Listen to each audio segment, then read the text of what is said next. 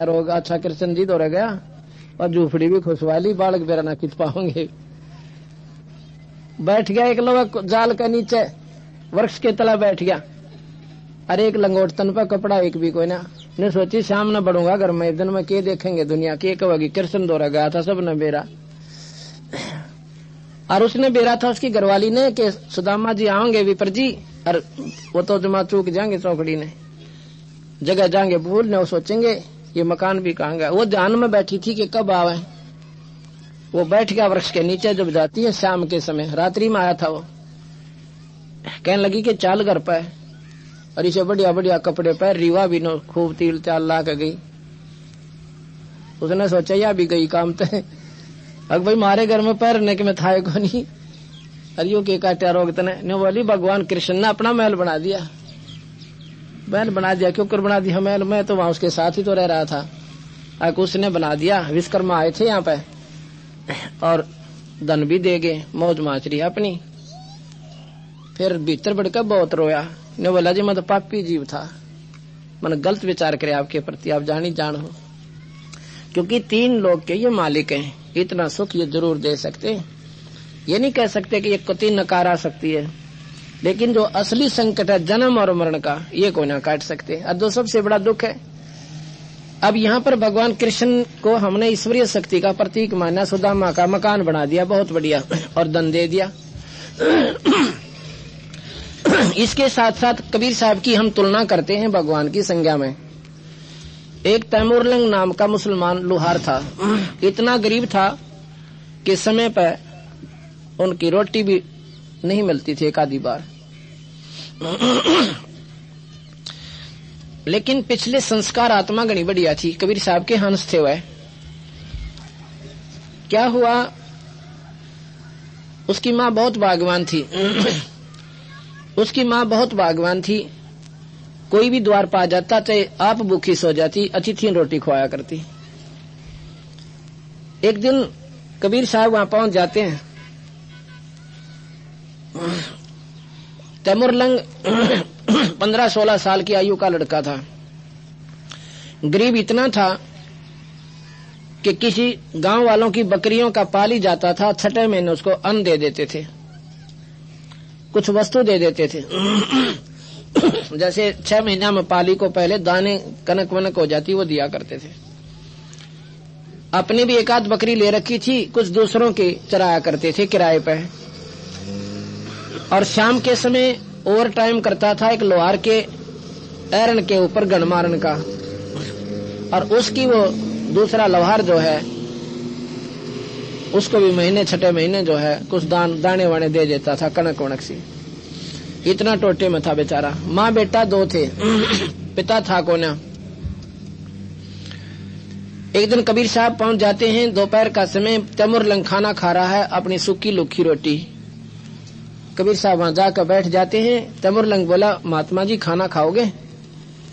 कहने लगा भाई भूख तो लगी है, आगे तेरी सलाह देख लो। ने बोला जी ये तो मैंने रोटी खा ली, अभी घर से बनवा कर लाऊं। आप मेरी बकरियों को देखना, भेड़ों को पाली। मैं अभी आया, गांव के गोरे बैठे थे, 10 किले पर गांव था। अपनी माँ को कहा माँ ऐसे ऐसे एक महात्मा राह चलता भूखा गना है और रोटी चावे। ने बोला बेटा ही बनाई ताजी, घर में 2 रोटी का आटा था, दोनों बना कर तैयार करके और गेल होली। चल बेटा मैं दर्शन भी कराऊंगी, बर्तन भी ले आऊंगे और तुम पाली रह जाना। अच्छा माँ। दोनों माँ बेटा एक लोटा पानी का भर के और थाली में धर के 2 रोटी चल पड़े। आके उसकी माँ कहने लगी महात्मा जी खाना खाओ। महात्मा जी कहने लगे कबीर साहब के बेटी खाना तो मैं जब खाऊं कोई मेरा नाम ले ले, वह भगवान का भजन कोई ले और मेरा सेवक हो तो मैं रोटी खाऊं, ना ऐसे मैं बिना उपदेशी का भोजन खाया ना करूं। आगे नाम क्या होता है? आत्म कल्याण का एकमात्र मार्ग बेटी नाम ही है। ये जो ईत बकरी तुम करते हो ये तो सर्वनाश का कारण है। ये जीव को हानि देता है, 84 में डालता है। और एक नाम दूंगा जो तुम्हें अमर भी करेगा, यहाँ तुम्हारे ठाठ कर देगा। ने बोले जी हम तो टोटे में गए हैं, हमारा धन हो जाएगा। अगर धन इतना हो जाएगा माई थरब लिया ना पड़े। अगर साचे महाराज जी एक साची को फिर तो हम नाम ले लेते हैं नाम ले लिया। क्यों? निर्धन ने तो माया दिखे भाई, भगवान तो पाछे सोचेगा जब थोड़ा बहुत सुख का सांस आवे। और कोई ने काया दिखे कि मेरी शरीर सुख हो जाता, भगवान भी बज लो। प्रथम ये सुख हो तो पहला ये काटे का डबंदी छोड़, और जब जाकर तू भगवान बजेगा। दोनों माँ पुत्र ने नाम ले लिया। महाराज ने खाना खाया, एक रोटी खाई कुल, खा कर रोटी। और वह बुढ़िया इतने नेकने की महाराज जी गणे दुखी शामता है। महाराज जी खाने भी रोटी ना मिलती, कई बार तो जो नो की जैसे खा कर रोटी। वहां पर एक बकरी बांधने की बेल पड़ी थी खाली, वह चैन वह करके कट्ठी चौरा ऐसे 4 लड़ करके उस छोरे का 7 मारी कड़म नुकड़ा के उठे और फिर लात मारी, फिर मुक्या मंड गए। माई ने सोचा, माई बोली महाराज जी क्या कर रहे हो, क्यों बच्चे ने कोई गलती कर दी? तेरे बेटे ताई 7 पीढ़ी का राज दे दिया माई मैंने। बुढ़िया ने सोची मेरा पागल है, खान की रोटी कोई ना और 7 पीढ़ी का राज।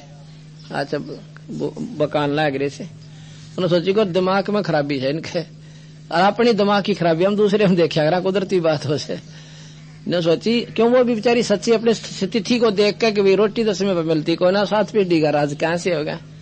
साधु बोले सहज सभा और जो चाहे सो कर दे। ये पूर्ण भगवान थे। अब पता चला भगवान किसे कहते हैं। इतना कह के और अंतर ध्यान हो गए, दिखाई कौन दिए, वहीं से गुप्त। अब बुढ़िया रोई, ओए होए होए ये तो फरिश्ता थे, ये तो भगवान के अल्लाह के भेजे हुए थे, मतलब चाड़ा पाट दिया, इनके पैर पकड़ने चाहिए थे। ओए होए आछी पापन हो। एक दिन क्या हुआ कि तैमूर लंग शाम के रात्रि के समय, शाम के समय ऐरन के ऊपर थोड़े मारा था घन, ऐसे लोहार के किराए पर जाता था, वहां पर बेचारा अपनी दाढ़ी करता था ओवर टाइम। उसने देखा कि उसके साथ में ऐरन के साथ से चीटियों का बिल, मैं तो निरी चीटी निकलाई, इतनी चीटी होगी कि काला हो गया वहां का स्थान निरा। और वो सोचने पर विवश हो गया कि इस छोटी सी कीड़ी के बिल में और इतनी कीड़ी कितना आ गई, भाई भगवान तेरा भी चाड़ा ऐसे। मतलब ऐसे एक अट्रैक्शन का कारण बना कि वो याद रहे। सपने में बंदी छोड़ दिखाई दी उसी रूप में जो रोटी खा गए थे। ने बोला तमरलंग वो चीटी देखी थी ना तूने, उसमें नरा खजाना दब रहा उसका नीचे, उस स्थान को तू मोल ले ले। वो बोला महाराज जी मोल तो ले लूं, पैसे तो कोई ना, कि तू एक बजे कर दिए यू काम मेरा से। भगवान जब चाहे ना सौदा हुए बना कर दोनों लोग पहुंचे है। उधर से उसके मन में आ जाती है उस ऐरन वाले के कि ये स्थान कुछ तंग है, इसको यहाँ से कोई ले लेना इस मकान को, इस स्थान को थोड़े से। वही साहब 20 गज का सारा सौदा था, और मैं फिर अपना बाहर बना लूं, चाहे कुछ है से 1 साल में पैसे दे दे। मैंने पैसे की किताब कोई ने कोई लेवनिया बन जा। तो उसने क्या किया, उसने जाके अपनी माँ से कहा, माँ वो महात्मा दिखी है सपने में। के कहते बेटा? कि न्यों कहते भाई ऐसे ऐसे वहां धन पड़ा है, तुम बताइयो मत ना, किसी ने ऐरन मोल ले लो, वो स्थान मोल ले लो। न्यों बोली बेटा दिखा तो मुझे भी थे रात ने, पर मेरे न्यों समझ में ना आई वो कह के रहे थे, कहे थे न्यों गुड़ा गनाए धन से, गनाए धन से। न्यों बोला बेटा फिर के एक बार जिक्र कर ले तू जाकर।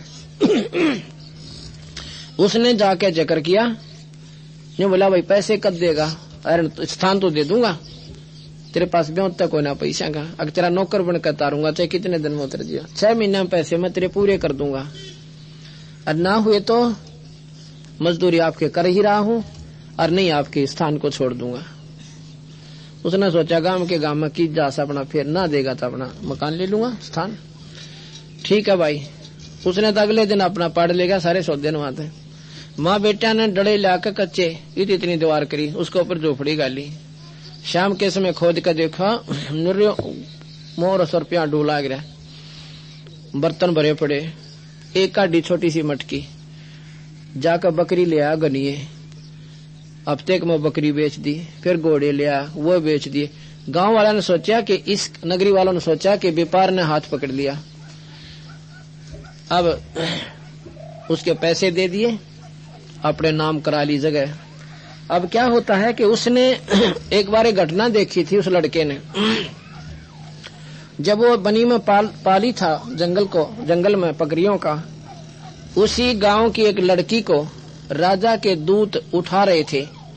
पहले इसे निकम्मे राजा होते थे, बहन बेटियां की इज्जत सुरक्षित नहीं होती थी। सुंदर लड़की थी गांव की, पानी भरकर आ रही थी और वो टाम रहा करते थे। वो ज्यों ही उसको उठाने लगे, उसने आवाज दी, रे तमरलंग तमरलंग मुझे बचा भाई।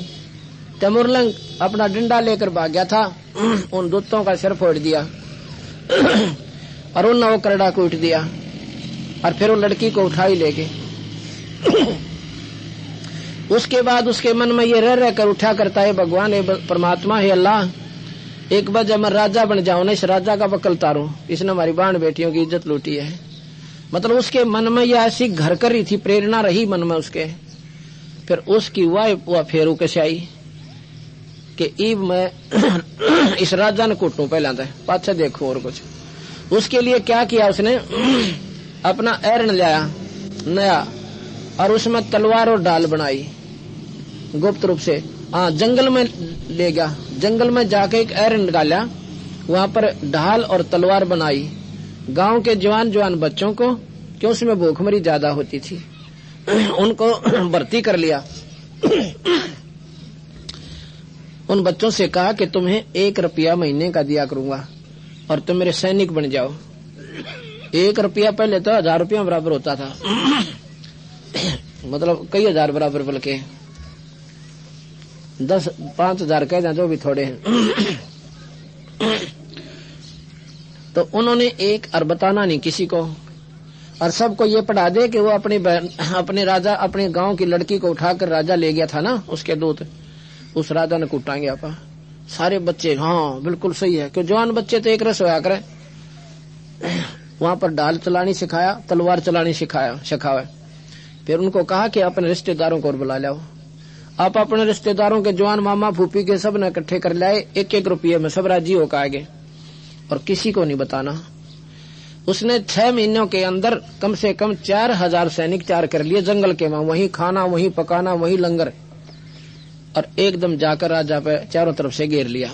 उस नगरी का राजा घेर लिया। तो राजा ने देखा, क्यों ऐसी राजा था, उसने सोचा भी ना था कि कोई ऐसा जुल्म भी हो जाए तेरे संग में।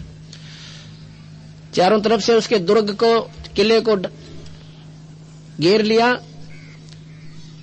मंत्री से कहा कि मंत्री देख क्यों करके बात बनेगी। मंत्री कहने लगा, जी इतनी सेना है, हमने तो का चैन खा जाएगी, अपने बस का कोई नहीं हो। अच्छा, आज सबने अपने डंडे नीचे कर दिए, सरेंडर कर दिया, राजा को काबू कर लिया।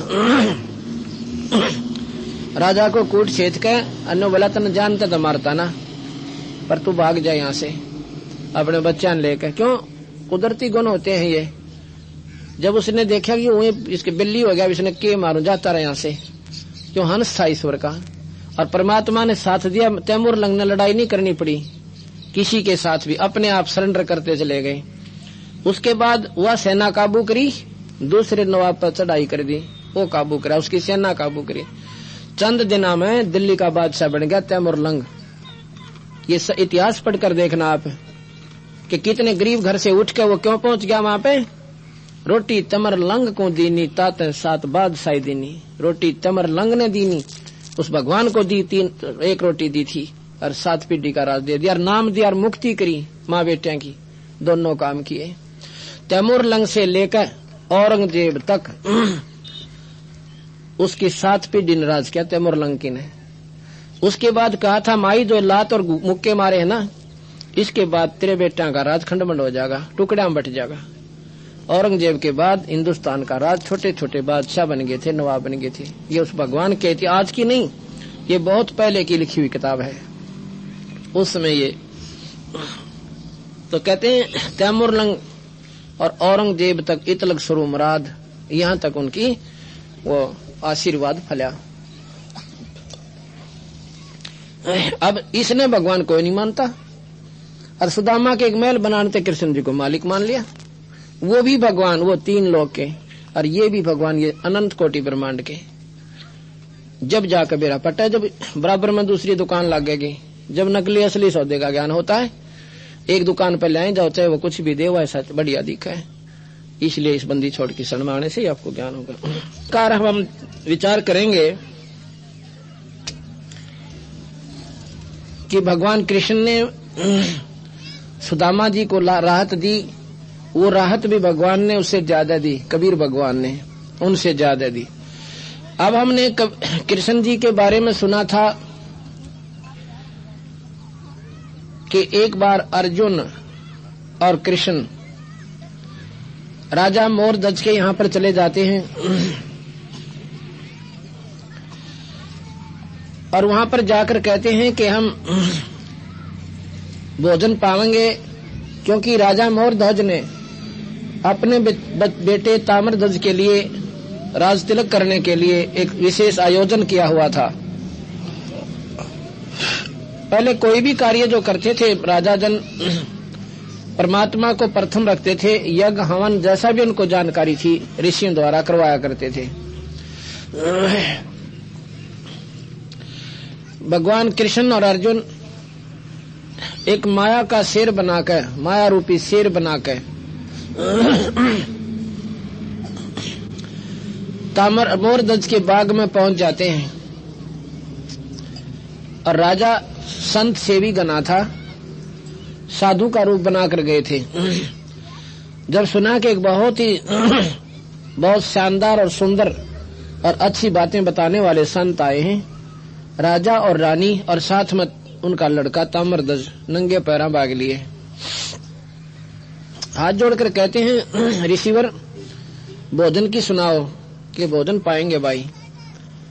ठीक है, अभी मंगाते हैं कि पहले हमारे शेर का भोजन खिलाओ और फिर हम भोजन पाएंगे। कहने लगे जी शेर को प्रथम खिला देंगे, क्योंकि यज्ञ में आए हुए संतों का आदर करते हैं, अनादर नहीं करें। वो कहने लगा कि ये मांस खाता है। अगदी मालूम है, अभी मंगाते हैं। मांस ये पशु का नहीं खाता, मनुष्य खाता है। अच्छा जी, मनुष्य मंगा देंगे, मनुष्य का मिल जाएगा। कि कोई पलदार ने मत पकड़ लेना, ये तुम्हारे परिवार मत खाएगा एक को। अच्छा महाराज जी, जैसे आपका हुक्म। गरीबदास जी महाराज कहते हैं, महिमा की जय संत की मोर दज लख ले और सिर मांगे टाड़ा नहीं। महिमा की जय संत की तन मन धन सब दे और सिर मांगे टाला नहीं, मोर दज लख ले। मोर दज को देख लो, संत की इज्जत यूं करके देखा कोई संत होता है। अच्छा जी, अब यहाँ पर क्या था कि उसने ये कहा था कि जो आज इस शेर का भोजन बनेगा वो स्वर्ग में जाएगा, वो स्वर्ग जाएगा, क्योंकि इनकी आगे पाछे नीम तले, स्वर्ग तो ऊपर कोई ना होते किसी का भी। कहते हैं स्वर्ग में जाएगा जो आज इस शेर का भोजन बन जाएगा।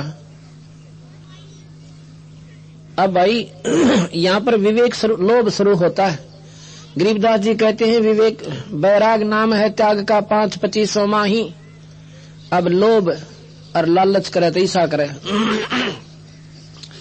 अब तीनों परमात्मा को चाहने वाली आत्मा थी, तो ताम्रध्वज उनका बेटा और रानी मोरध्वज की पत्नी ताम्रध्वज की माँ और साथ में मोरध्वज।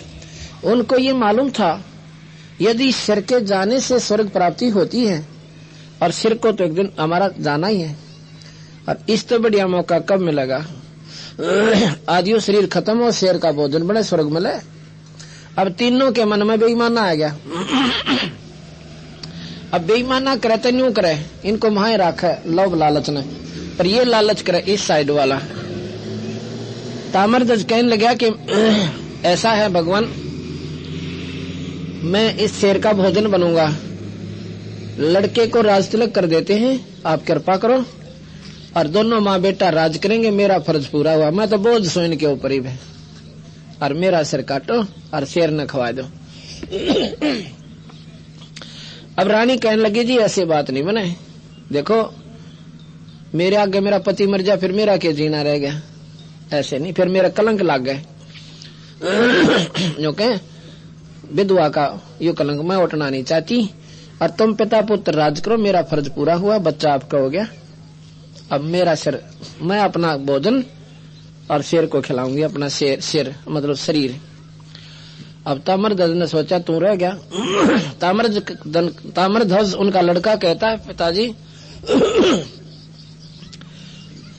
देखो मैंने माता पिता की सेवा तो कुछ करी को ना, आपके ऊपर बोझ ही बना रहा 17-18 साल तक, और आप बताओ तुम में से एक भी मर गया तो मेरा फर्ज अधूरा रह जाता है।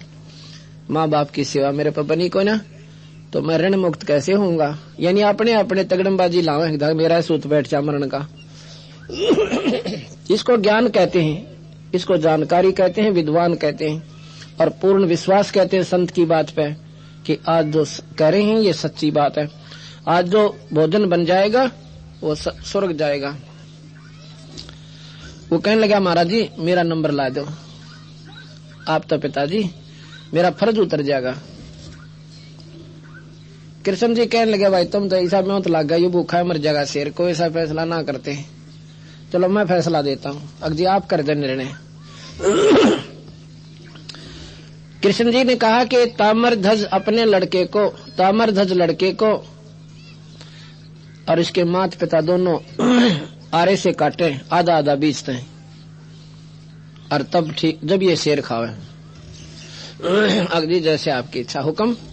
उसी समय नहा धोकर ताम्रध्वज को बैठा लिया, और एक तरफ पिताजी एक तरफ माँ आरे पत शर न काटन लाएगी।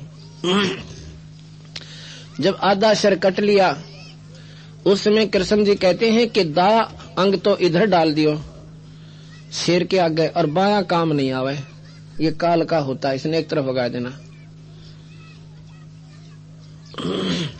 उस समय ताम्रध्वज की आंखों में आंसू आ जाता है लड़के की में जो कट रहा है।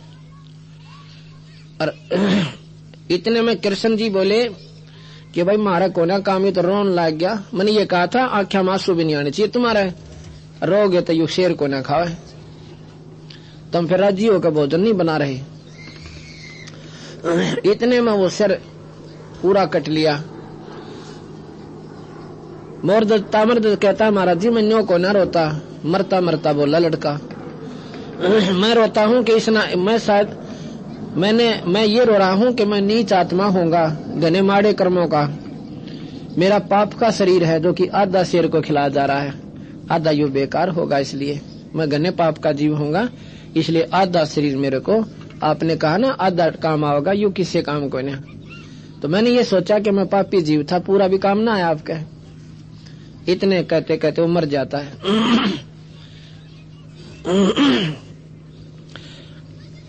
तो उस समय वो उठ कर चल पड़ता है। कृष्ण और अर्जुन कहने लगे भाई तुम तो रोज हो, भोजन कौन कराते।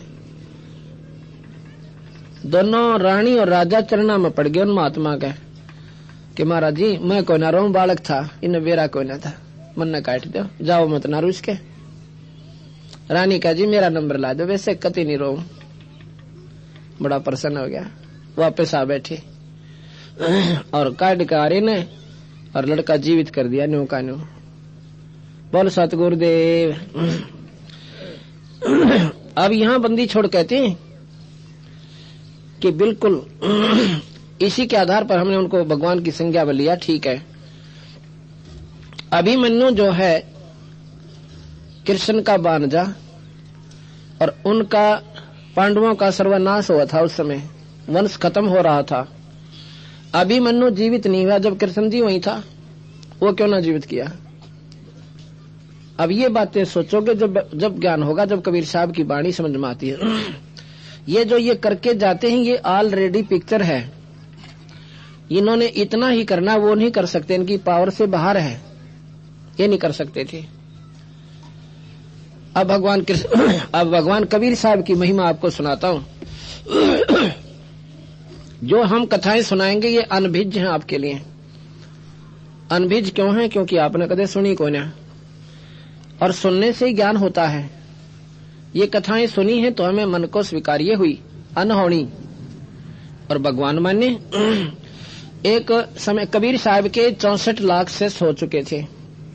ऐसे ऐसे चमत्कार जो सुन के मुर्दे तक जीवित कर दिया करते थे। सिकंदर लोधी की जलन का रोग जो कि मौलवियों से ठीक हुआ ना, और हिंदू संतों से हुआ ना, और दवाई वैद्य खत्म हार लिए, बंदी छोड़ के हाथ लानते ठीक हो गए। सब प्रश्न मात्र से Sikandar Lodhi king of the India, Bharat का जो बादशाह थे। और फिर देखा उसकी हालत, चरना में तो शरा कौन उठावा, सिकंदर लोधी। पर ये कथा हमारे तक पहुंची है कोई ना, ये तो 550 वर्ष पुराना इतिहास है, लाख वर्ष पुरानी रामायण कोई ना, हम उसको भी सच मानते हैं। और इसको तो 550 वर्ष तो पीढ़ी दर पीढ़ी बता सकते हैं आदमी के ऐसे ऐसे हुआ था, इसको सत्य नहीं मानते। एक सम्मन नाम का मनियार था और गरीब इतना था, एक आधी बार उनकी जून भी उग जाती थी, यानी रोटी भी समय पर प्राप्त नहीं होती थी। घर में 3 प्राणी थे, सम्मन, सेवू उनका लड़का, नेकी सेवू की मां, सम्मन की पत्नी। और तीनों परिवार ने नाम ले लिया बंदी छोड़ भगवान कबीर साहब का। एक बार कमाल नाम का एक मरा हुआ बच्चा जीवित किया था कबीर साहब ने, मुर्दे को, जो जल में बहता जावा था। और वो शेख तकी जो सिकंदर लोधी का धार्मिक पीर था, उसके आग्रह पर, उसकी हट के कारण बंदी छोड़ने या लीला दिखानी पड़ी। और उस लड़के को अपने बच्चे के रूप में रखा हुआ था। वो कबीर साहब की बहुत सेवा करता था, नाम दिया। उसके मन में अभिमान हो जाता है कि मेरे जितनी सेवा कबीर साहब की कोई नहीं कर सकता। एक दिन कबीर साहब के आगे कह दी। कबीर साहब ने सोचा लड़के का मन में अभिमान हो गया, और ये डोबा से सम्मान जीवन, चाहे सेवा का हो, चाहे धन का हो, और चाहे दान का हो, चाहे भक्ति का हो, चाहे सिद्धि का हो जाए, अभिमान परमात्मा ने कति पसंद नहीं है। तो कबीर साहब ने सोचा ला इसके भरम न तोड़ू, सेवक तो इसने देखे भी ना अभी तक। जैसे अर्जुन को अभिमान हो गया था कि मेरे जैसे कृष्ण जी आपका कोई साथी नहीं होगा, उसके भरम न तोड़न खातिर वहां ले गए थे।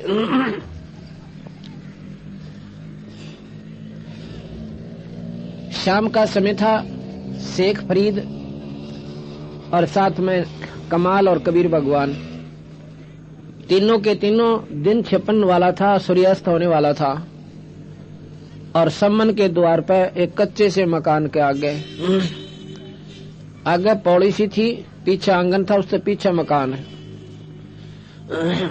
वो पीछे मकान में बैठे तीनों के तीनों अपने बंदी छोड़ की चर्चा ही गा रहे थे कि हमारे बाग में न जाने कब भगवान बंदी छोड़ के दर्शन होंगे। आपस में विचार कर रहे हैं कि हमारे गरीबां के घर में बंदी छोड़ क्यों करा सकते हैं, जिनके 64 लाख से जिन राजा 3 तो नरेश थे उनके सेवक। एक तो वीर सिंह बघेला काशी नवाब, बिजली खां पठान मगहर का नवाब मुसलमान है, और दिल्ली का बादशाह सिकंदर लोधी मुसलमान है। और इसके बाद अन्य इसका यजुर्देव भी उनके सेवक थे, एक राजा था राव यजुर्देव। काफी इतने विचार कर ही रहे थे, इतने में बंदी छोड़ने जाकर बाहर से आवाज लगाई कि सम्मन। और तीनों के एकदम कान खड़े हुए कि महाराज जी जैसी आवाज आ रही है। फिर मन में सोचा हमारे कान बाजें विचार कर रहे थे ना, विचार कर रहे थे, सोच रहे थे शायद वैसी आवाज आई है हमारे द्वार पे, और वो परमात्मा क्यों करा सकते हैं। समय को नहीं उन दो रहे ना, आनत नाटक को ना, पर समय नहीं। इतने में फिर आवाज दी, भाई सम्मन घर पे है कोई? उसकी नेकी बोली महाराज जी खड़े हैं। आवाज उनकी नो की नो। सम्मन कहना महाराज जी की ताव थे।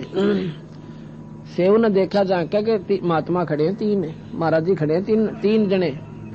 नेकी ने देखा ओहो ये तो महाराज जी, डांग ठोक दी सारे के सारा नांग उस पिछले घर माँ आंगन माँ कर पौड़ी माँ कर, और खड़े होकर नो कहे दीनदयाल आज कैसे आना हो गया, क्यों कर दया करी तुच्छ जीव की झोपड़ी पे।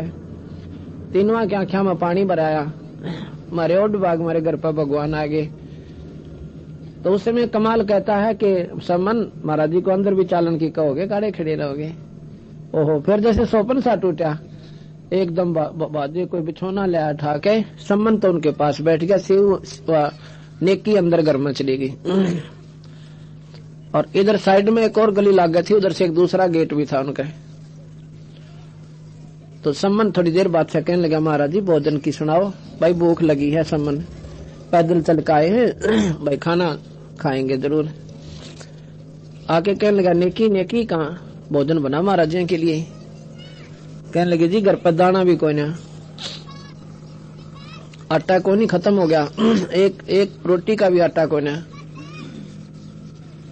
कहने लगा तो किसी तो मांग ला, पड़ोसियां कहते हैं। न्यू बोली मैं 3-4 ग्राम गई हूं जिनसे मुझे उम्मीद थी कि वो आटा दे देंगे, तीनों नाट गया। क्यों नाट गए कि हम अपने बंदी छोड़ की महिमा गणी गाया करते। हमारे कबीर साहब ने मुर्दा जिंदा कर दिया, हमारे कबीर साहब ने सिकंदर लोधी की जलन ठीक कर दी, न्यू कर दिया। ये लोग हमारी हंसी करते थे, मजाक उड़ाया करते कि वो जुलावा क्या कर सकता है, वो बकावा बाउंडर पेल रखा। आज ये इस उद्देश्य से नहीं खाना दे रहे कि आज तो थारे कबीर साहब थारे कोठे भर देंगे, नहीं तो नगरी में कोई आटा 2 बार नहीं होता, 2 आदमियों का 3 का। लेकिन इस उद्देश्य से आज ये निकम्मे अपन पा रहे हैं। जो बोले तू अपना चीर दरिया किसे तय, ला तेरा चीर, ये कपड़ा ओढ़ना उतार लूं और इसने दरियाऊं किसी का गहने, इसके बदले तो दे देगा कोई। यानी बोली मैं इसको भी लेकर गई थी, ये 2-3 जगह तो फटा हुआ है, कोई ना लेता इसने। अब अपनी औरत का चीर तार का गुरुजी खातिर भोजन बनाना, इस चीर के ऊपर तो महाभारत होगी थी। और ये भी नीत किसके लिए, तेरा ओढ़ना तार का और अपने गुरु के लिए भोजन, अब सतगुरु खातिर भोजन बनवा दूं, नहीं वो भी फटा हुआ पाया। जमीन पर बैठ गया और कलजा पकड़ लिया। ने बोला अच्छा पापी जीव में भी पहली बार भगवान आए, रोटी तक का जोत नहीं। ये भगवान इसे खोटे कर्म प्राणी को पैदा भी क्यों करो थे दाता। वह बोली न्यो रोए काम नहीं चला, रोने लग गया समन।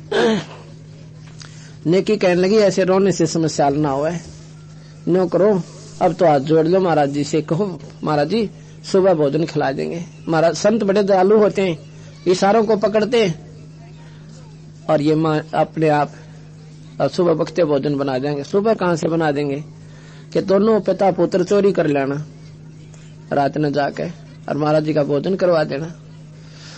सेऊ जो लड़का रोजाना सुना करता था कि चोरी करना माँ पाप होता है, वो नीच आत्मा होती है जो चोरी करते हैं। चोरी से अच्छा तो भूखा रह ले, वो भी अच्छा होता है। कहने लगे माँ क्या करी आज तू, चोरी करने वालों के नाश होता है, महाराज जी बताते नहीं थे। ने बोली बेटा बात तो तू ठीक कैसे, पर यह चोरी और तरह की होगी। इस चोरी के करने से पाप नहीं बेटा पुण्य होगा। नेकी से सेऊ से नेकी कह सुन बेटा, सुन सेऊ सुरज्ञान, या में अकाज है नहीं भाई चोरी कर दे दान। ने बोला माँ पहला चोरी करें फिर दान करें, पाप तो है ही। बेटा मैं बताऊं तेरे को, ये नगरी वाले आज निस्तर रहे हैं, ये जान का बकवाद करें, ये नादान है, इनको बेरा कोई नहीं बाता का। इन्हें ये नहीं मालूम कि संतों साथ मजाक बड़ा महंगा पड़ा करे। और जो संत आज इस नगरी से भूखे चले गए या गर्क हो सकती है, ये तो नादान, इन बेरा कौन बिजली का हाथ लावे थे। पर इसके लिए बेटा हमने ज्ञान है, हम सत्संगी हैं, इस अनरचना होने नहीं देना पुत्र। एक कथा सुनाई उस बच्चे को कि एक नगर में बहुत पैसे वाले व्यक्ति रहते थे और पैसा का पहला काम है मस्ती आना, कोई भी संतों का आदर नहीं करे। एक समय की बात, एक सिद्ध पुरुष अपने शिष्य के साथ और उस नगरी के बाहर गोरा बैठ गया, बाहर वाई, और वो संत क्या करता था, एक शंख बजाता था। समझदार गांव के जो व्यक्ति होते थे पता लग जाता संत बाहर आए, उनके लिए नगरी से बना बनाया और कुछ बिना बनाया सूखा भोजन ले जाते थे। जैसा वो स्वीकार करते वैसा ही दे देते थे। बना बनाया खाते थे तो बना बनाया ले जाते थे। कई महात्मा आप बनाकर खाते हैं तो सूखा सीधा ले जाते थे। उस महात्मा ने 3 बार शंख बजाया जोर जोर तय, कोई नहीं गया रोटी लेकर। उसने अपना शिष्य भेजा कि जा पुत्र, ना सुना होगा, रोटी भोजन मांग लिया, भिक्षा लिया। लड़का लेकर झोली चल पड़ा, चारों सारे गांव में घूम लिया। जोन सा जा वही कह कि करके खाया करो, करे बिना ना मिला है। आया सुबह आ गया झोली टांग के, 2-4 गाँव 5-7 घरों में गया, वापस आ गया। कहने लगे महाराज जी किसी ने भोजन ना गालिया। महाराज जी ने सोची कि देर होगी थी, शायद किस लिए सोच आगे होंगे, रोटी का समय नहीं था इसलिए ना डाला होगा, बच्चा है वैसे कह रहा होगा। बेटा सुबह फिर जाता हूँ। सुबह फिर गया, सारे गांव में घूमया, जुनसा जाओ नौका मस्टंडे, करण की उम्र है तुम्हारी, करके खाओ, हमारे पलदार लग जाओ, कोई का खेत में काम करो। वापस आ गया। संत बोला भाई, जब वो वापस जा रहा था, एक बाहर वायसी एक कुम्हार का घर था, वह बहन विधवा थी, 2-3-4 बालक थे। वो देख रही थी कि महाराज ने रोटी तो मिला कोई ना इस गांव में थे। वो जब वापस आ रहा था दोपहर सुबह से 10-11 बजे 10-1 बजे से, उसने सोची कि मैं वो नो नहीं बोली कि हो सकता है छोटी जाति वालों के महात्मा लोग भोजन नहीं खाया करते, पर न्यू सोची कि ये बालक भूखा होगा। माँ ने औरत ने बच्चे की बड़ी चिंता बना कर, कुदरती बात हो, एक छोटा सा बालक मासूम 10-15 साल का, रोटी सामने भी ना मिली और पैदल चाल के आए होंगे कालिए। नु बोली महाराज जी नमो नारायण कहा बेबे के बात के लगता है भोजन नहीं मिला, हकना को नहीं मिला। श्याम ने भी निकना कि मैं हूँ ऐसे ऐसे कुमार के घर हैं छोटी जाति से, और मैं श्याम ने भी नहीं बोली, मन तक रहा था, और अब भी मैं इसलिए कह रही हूँ कि भूख लगी होगी। आपने कहा माई मन तक घनी भूख लग रही से, मेरे पास ये भोजन बनाया है, अगर आप चाहो तो ले जाओ, मेरी जाति ये से। बोला ले माई गाल तो दे, गुरु जी आदेश देंगे तो खा लूंगा, और ना मान कहेंगे तो मैं बता दूंगा कि ऐसे ऐसे कुमार के घर से ले आया। वो डलवा ले गया। जाके कहने लगे पुत्र भिक्षा मिली, अगजी ऐसे ऐसे सारे गांव में तक घूमया, किसी नहीं आबरी, बल्कि गाली देने लाग गए, डंडे ताई ठा लिए। और बाहर एक बहन थी विधवा बेचारी, और कुमार के घर थे, ये भोजन जरूर करवा लिया। मैंने कहा था महाराज जी से बता दूंगा, आदेश देंगे तो खा लेंगे। ने बोला बेटा ठीक से भोजन पा, रोटी खा ली दोनों ने, और जाकर उस लड़की ने कह दे गांव छोड़ देगी, अपना सामान उठा ले जा। अब उस लड़के ने सोची ई पट्टन के काम हो गए, उस सन रोटी दी और उसी ने कहूँ गांव छोड़ दे। ने बोला बेटा बात सुन मैं बताऊं, उसको कह दे कि आज रात को या नगरी रहे को ना खत्म हो जाएगी, और उसके कान में बता दिए, किसी को बता देगी तो खैर नहीं है, अपना ठा ले जा गुजरा ने, और जहां जाकर रात हो जा रुक जाएगी, थोड़ा खाई तो बार बार बसेगी। ये आदेश है, ये मेरा वरदान है उसे। 68 का फल एक है द्वार संत जमाया, 68 का फल होता है एक साधु को भोजन खिलाना, पर साधु हो कोई।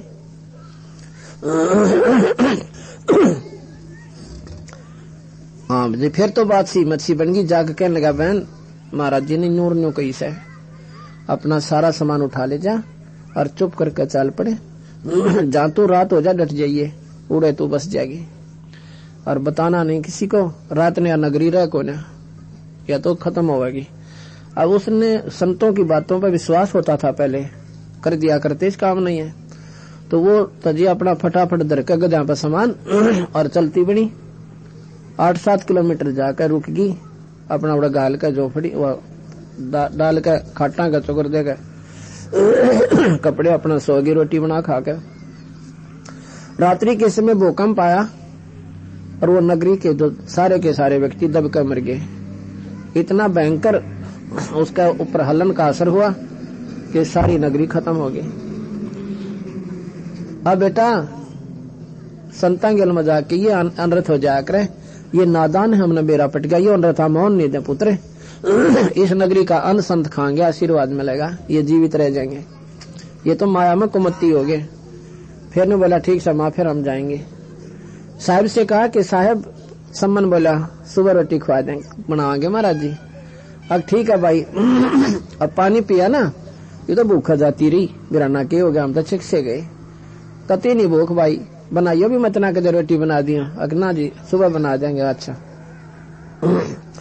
रात्रि के समय दोनों पिता पुत्र चोरी जाते हैं, एक सेठ के मकान में चोरी का पाड़ लगा लिया, यानी कुंडल बनाया, सुरक्षा, कच्चे मकान होते थे, उसमें जाकर इतना सुराख बना लिया कि आदमी सिर देकर अंदर घुस जा।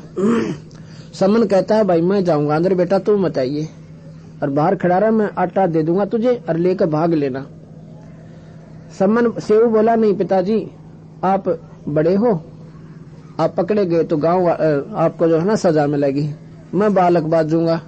दुनिया न सोचेंगे बालक था, छोड़ दीजिए, मन माना रहम हो जा। सम्मन बोला भाई यहाँ पर रहम का खाता कोई नहीं गए, और जब तू मर गया बेटा हम किसके लागेंगे, फिर हमारे पास क्या बचेगा। तू मत जाना, मैं जाऊं सुपुत्र अंदर। अगर नहीं पिताजी मेरे हाथ जुड़वा ले, आप बाहर खड़े रह। इतना ही कहते ही और सेव अंदर घुस गया पाड़मा के सुराख में के। तो सम्मन बोला बेटा ज्यादा मत लेना, 2.5-3 सेर आटा बस, महात्मा महात्मा खाता, हम नहीं मुंह भी लाओगे सन कह। जाके उसने अंदाजे से 2.5-3 सेर आटा निकाला और चालन लग गया। जब तराजू के ऊपर पैर टेक गया एक किनारे पर, वह पालड़ी का उसका पलड़ा खड़ाक देश दूसरे पालड़े पर पड़ा, शोर हो गया। सेठ जाग गया, चोर चोर करके और सेव को पकड़ दिया। और सेव चुपचाप पोटली भगा दी, वह बांध रखी थी जो कपड़े माटा। कहने लगे पिताजी मेरे को बनियन पकड़ लिया और आप महाराज जी को भोजन खिला दिया, और पाछा बताइयो मैं पकड़ा गया कि रोटी नहीं खाएंगे वह। अब सम्मन लेकर पोटली बांध लिया और लड़का बांध दिया थाम का सेठ ने। और ने बोला सत्संगी तड़का बताऊंगा, थारी करतूतों का बेरा पाटेगा। ये थारे गुरुजी आते हैं ना, ये चोरी कराने आते हैं, अब बेरा पटेगा। तुमने काला मुंह करेंगे उनका और कुटेंगे यहाँ पे और सजा करवाएंगे। और निकम्मो गेल तुमने, देखिए। हाँ सोचा था। अब चलो भाई, उधर जब वो लेके गया आटा तो उसकी पत्नी बोली कि लड़का कहाँ है, कि उस बानिया ने पकड़ लिया। अब देखो अपने उसके कहाँ विचार गए उस बहन के कि महाराज जैसे नीत नहीं, पहली बार गुरुदेव आए, लड़का पिछाना जागा और गुरुजी का काला मुंह होगा। रोटी खिलाई को उनका जुलूस कटवा दिया। ने बोला बेटा, नो अपने पति से कहती है कि तलवार ले जा और बेटे की नाड़ काट ला। जुल्म हो गया, कहती है इसके महाराज जैसा तो ऐसा रथ नहीं होगा, गुरुजी की बेइज्जती होगी ना, मारा कोई जीवना नहीं से। सम्मन लेकर तलवार आ गया, आके कहता है सम्मन सेऊ एक बार 2 बात करूं बेटा, नाड़ बाहर काट ले, सुबह ना जाने हम मिल पावांगे कि ना मिल पावांगे, राजा के राज से सजा होगी बेटा, 2 बात करूं सो आखिरी बार। उधर सेऊ के मन में आती है कि बदबंदी छोड़, आज मेरे पिताजी मेरी नाड़ काट ले, ना तो चाड़ा हो गया तो गुरुजिया का बेइज्जती बनेगी। एक क्योंकि वो एक रस है, सत्संग का भाव जो है वो ऐसे बना देता है सारे परिवार को। कहने लगे सेठ जी बाहर मेरे पिताजी खड़े, 2 बात करना चाहते हैं, यदि आप कहो तो मैं बात कर लूं, तुम भाग जागा, मैंने सारा बेरा थारी चाल का। अगर नहीं सेठ जी मेरे पैर ने बांध दे करड़ी तरिया और इतना ढीला कर दे मैं गर्दन बाहर काट लूं, इससे ज्यादा मत करना। सेठ ने सोचा कि कौन सा गना चोरी कर रखी है, की बात हुई, शेर आटा ले गए 2 शेर और कर दे ढीला, पैर ढीला कर दिया और सिर बाहर निकाल के अब हाथ में करद थी, पीछे लकोली और सम्मन ने अग बेटे की गर्दन के नहीं कट जैसे पीछे नाथ हो गया, आगे हुआ को ना। तो सेऊ कहने लगा पिताजी कान कर ले, और ने कहा मेरी नाड़ काट ले। अब क्यों काटे नाड़, नो के कंते कट जैसे। ने बोला पिताजी जब तू मेरा बाप है ना, आज मैंने बेरा फट जाएगा, मैं तेरा पुत्र हूं कि नहीं हूं, अगर मैं तेरा अंश हूं तो मेरी गर्दन काट दे, नहीं तो के मुंह दिखाओगे कल आप, और गुरुजियां गेला के बनेंगी। अब ये जो बात लड़के के मुंह से सुनी ना, एकदम गर्दन काट दी छोरे की और सिर न उठा ले गया। सिर को उठा के नेक की दे दिया कि यो लड़के का सिर से, ने बोली ताक में लको दे, किसी ने बेरा ना पाटे, और बाकी का ऐसा किसी का पिछाड़ में कोई ना आवे। और ने बोली तू वापस जा, छोरे की लाश बाहर पाओगी। वापस गया तो सेठ ने सोचा कत्ल हो गया, वो उठा कर लड़का दूर गिर दिया, लाश अपने मकान से भी 5-7 मकान और दूर है, अपना लीप लाप कैसा कर लिया जैसे चोरी कोई हुई। सेव गया, सम्मन गया तो सेव की लाश पड़ी, ला के कंधे का उल्टा लिया, जाके कोने में कोठे में घेर के ऊपर बोरी ढक दी और उसकी माँ रोटी बनावे। रोटी बना के कति आख्या मासू भी नहीं आने दी, महसूस भी नहीं होने दिया कि हमारा छोरा कटा पड़ा। एक का लड़का वो ही मरा पड़ा। तीनों महात्मा आकर बैठ गए, कबीर भगवान, कमाल और फरीद। तीनों आगे 3 दौड़िया में कसोरिया में रोटी डाल दी। कबीर साहब बोले भाई 6 जगह कर दो इन्हें, सारे इकट्ठे खावांगे। आज तो प्रसाद बना के कद कद इकट्ठे हुआ। आपा नहीं महाराज जी आप खा लो, हम तो रोज ही नहीं खावे हैं, आप कब खाओ हमारे। अक नहीं भाई, जो गुरु के ऐसे करा उन्होंने 5 में कर दी। ने बोला भाई 6 में करो इनको। अब भाई उन्हें सोची कि जब बेरा ना पट जाए हम ना गणी करेंगे तो 6 में डाल के अनु बोला तुम बैठो इस साथ में। अब दोनों बैठ गए। अब कबीर साहब कहते आओ आओ से जी मिलो ये प्रसाद प्रेम, भाई शीश कटा करें चौरा के और संता के न तकसीम।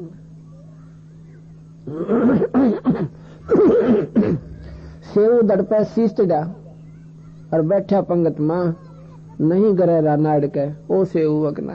बोल सतगुरुदेव। उस लड़का के सर दड़के ऊपर शीश जुड़ के और पंगत मां बैठा और माता पिता भी नो कालर हटा के देखे, ओ सा कोई और सा निशान भी कोई नहीं उस लड़के के। बोल बंदी छोड़ कबीर साहेब। अरे बोला भाई बंदी छोड़ तारा मौज मौज करे। कबीर साहब बोले इतना धन दे दिया उस सम्मन को, उस थोड़े से समय में उस नगरी का 1 नंबर का सेठ हो गया। सेव और उसकी माँ वो तो पार होगी उसी जन्म में। अब सम्मन था गरबारी, उसके मन में समस्या, उसके मन में एक शंका उत्पन्न होगी कि मैं पापी जीव था, मैंने पिछले जन्म में पुण्य नहीं किया और इसके कारण मैं इतना गरीब हो गया कि गरीब गुरु महाराज के लिए मैंने अपने लड़के का सिर काटना पड़ गया। मतलब वो आखिर तक उसके मन में ये शंका बनी रही कि मैं साहूकार होता ना पैसे वाला तो ये जुल्म नहीं बनता मेरे पे। अंत समय में 9 मर गया। अगले जन्म में 9 शेरवा का बादशाह बना दिया कबीर भगवान ने और 80 गंज खजाने दे दिए। 80 खजाने, 1 अरब का खजाना होता है, लाल हीरे पन्ने से मिला के। लेकिन माया का पुजारी कंजूस गना हो जा। कबीर साहब गए साधु का रूप बनाकर, कंजूस इतना हो गया दवन्नी खर्च ना करे। कबीर साहब जाके कहने लगे भाई कि मैं दान पुण्य कराया करो भगत जी राजा से। तो 9 शेरवा का बादशाह कहता है दान तो कर दूं पर चौनी दा को ना। मतलब इतना कंजूस हो गया कि पैसे को नहीं, दान तो कर दूं महाराज जी। ने बोला बल्ले पुरुष ये के दाब रखे 80 खजाने दब रहे तेरा, आगे तो कोयले हैं महाराज जी, मजाक करे है, दोनी ना खर्चनी पड़ेगी। ने बोला बेटा जिसी तेरी नीत नाल मुरादा, जिसी तेरी नीत उसे हो जाएंगे। उन्होंने सोचा महात्मा जो कहते हैं वो सच्ची हो जाया करे। देख है वो सारे कोयले हो रहे और मारी चंगाड़ रोया खड़ा हो गया। ने बोला भाई दान कर दे तो इसने उसे बना दो। अगर दान कर दूंगा, अगर ज्यादातर दान कर देना, ज्यादातर कर दूंगा, देखो गाड़ के फिर उसे हो गए। उस दिन भंडारे ला दिए, खूब दान किया। दान दून कर लिया ना, फिर पाछत पछतावा समय भी अच्छा बेवकूफ। एक बोली बूझ के कहने दे सारा खजाना लुटा दिया। अच्छी मौज मारू हो, अच्छे घोड़े खरीदू हो, अंत में मरे गया, उसकी आशंका नहीं निकली। भक्ति तो भूल भाल गया। तीसरे जन्म में बलख बुखारे का बादशाह बना दिया। अब देखो लगातार 3 जन्म तो मनुष्य के दिए और बलख बुखारे का जो बादशाह बना। ये लंबा इतिहास है क्योंकि इतना जल्दी ये समाप्त नहीं होता बंदी छोड़ के। कबीर साहब की तो मैंने लीला शुरू भी नहीं कर पाया हूं अभी। कम से कम भी 100 ऐसे प्रमाण हैं, आदमी सुने और चक्कर काटे। ये बलख बुखारे के बादशाह को कैसे सुलझा इसका लंबा इतिहास है, फिर कभी बताएंगे, समय मिलेगा तो।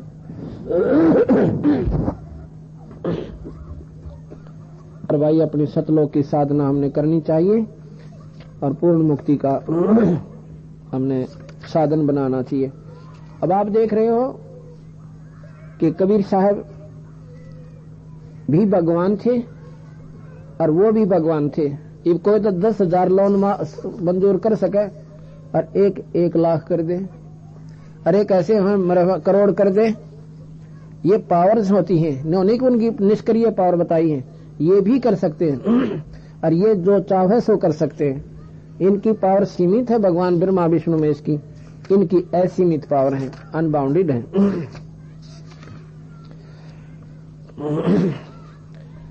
सतलोक में चल मेरी सुरता, मत ना लावे देरी,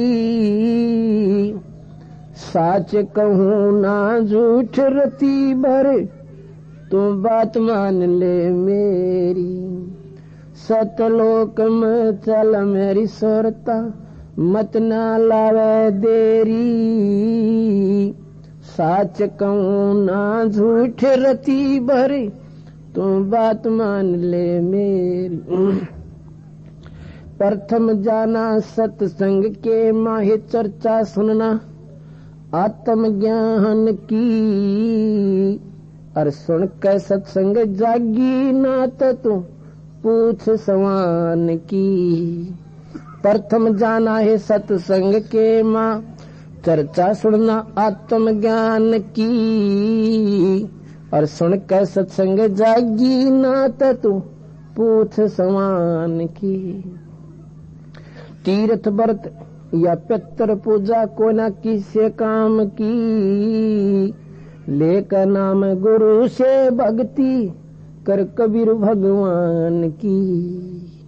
तीर्थ व्रत या पितर पूजा को न किसे काम की, लेकर नाम गुरु से भक्ति कर कबीर भगवान की। मत ना सुनना इस मन शैतान की, यो चौकस गल घेरी, साच कहूँ ना झूठ रती भरे, तू बात मान ले में। तेरे कोटि सतलोक में चल मेरी सुरता, मत ना लावे देरी, साच कहूँ ना है झूठ रती भरी, तू बात मान ले। काल लोक में कष्ट उठावे, यो कोई ना तेरा ठिकाना, मात पिता संतान संपत्ति का यो झूठा तनरी तान। इस काल लोक में कष्ट उठावे, यो कोई ना तेरा ठिकाना, मात पिता संतान संपत्ति का तो झूठा तनरी तान।